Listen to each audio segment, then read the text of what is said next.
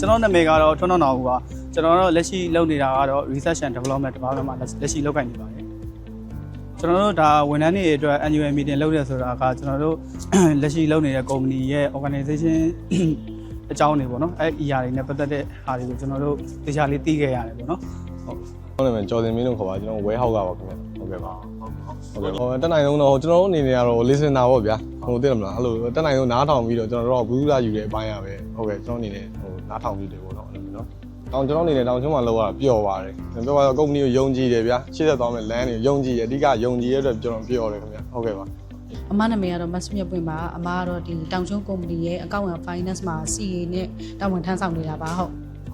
လောကကိုင်းရတော့အဆင်ပြေတယ်ပြောဖို့လည်းကောင်းတယ်ပေါ့နော်ဒါပေမဲ့လိုအပ်ချက်လေးတွေတော့ရှိသေးတယ်ပြန်ပြီးတော့ဖြည့်ဆွတ်ပြီးတော့ဆောင်ရွက်ရမယ့်ဟာတွေလည်းရှိပါတယ်ဟုတ်ကဲ့ပါဟုတ်ကျွန်တော်နာမည်စင်ပြိုးပါမှာကျွန်တော်တောင်ချုံးစင်းတင်ရ Junior Regional Sales Executive ပါကျွန်တော်2နှစ်ပြည့်တော့မယ်ပေါ့နော်ဟုတ်ဒါကျွန်တော်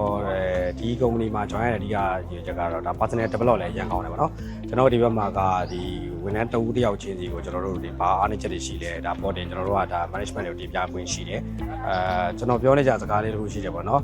ကျွန်တော်တို့ကစူပါအောင်ညီညာအောင်ချောင်းပြကျွန်တော်တောင်ချုံးမှာကြိုးဆိုပါတယ်ခင်ဗျာကျွန်တော်အဲ့လိုပဲပြောချင်ပါတယ်လာခဲ့ပါ welcome မှာကျွန်တော် family welcome ပါလို့ကြိုးဆိုပါပြောပါတယ်ဟုတ်ကျေးဇူးတင်ပါတယ်ဟုတ်ကဲ့ကျေးဇူးတင်ပါတယ်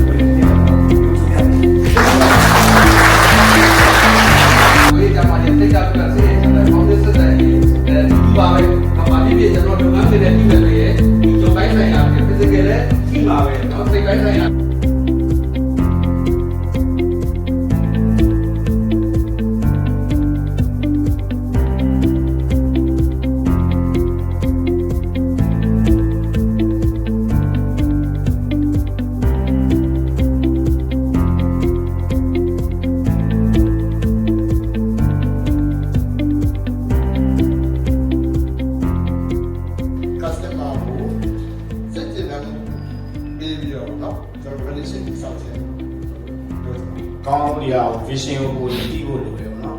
ကိုဒီ vision ကိုသိပြီဆိုမှကိုတော့လိုက်မဲ့လူတွေအကုန်လုံးကိုကစပြီးတော့plan ရှိရမယ် plan ပြီးတော့အဲ့ဆိုတာနဲ့ပါဒီဘာလို့လဲရှိတယ်ပေါ့နော်ဒီကလို့ရှိရင်အဲ့ဒီ communication ပြောလိုက်တဲ့အကြောင်းအရာကိုပြန်လည်သုံးသပ်ဖို့ရှိပါတယ်ဘာလို့လဲoperator နဲ့ technician ကြားထဲမှာလည်း communication ကြောင်းအောင်နော်ငါတော့ဒါထားတယ်နေရာတော့ထားတယ်ဆိုတော့ငါပြောနေတယ်ကျွန်တော်ဒီ safety bike ပါလဲကျွန်တော်ထည့်ထားနေတယ်ပေါ့